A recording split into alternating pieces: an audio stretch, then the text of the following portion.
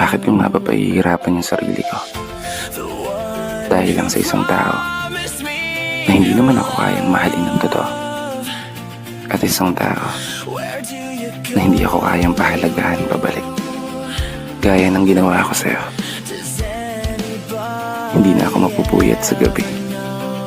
Hindi na tutulo ang mga luha sa mata. Sa bawat umaga na hindi mapakali. Kung bakit mo nga ba nagawang may santabi?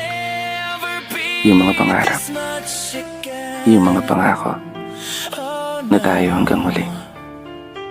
Pero okay na yun. Ang importante sa ngayon, masaya na ako. Malaya na ako. At tanggap ko na wala ka na.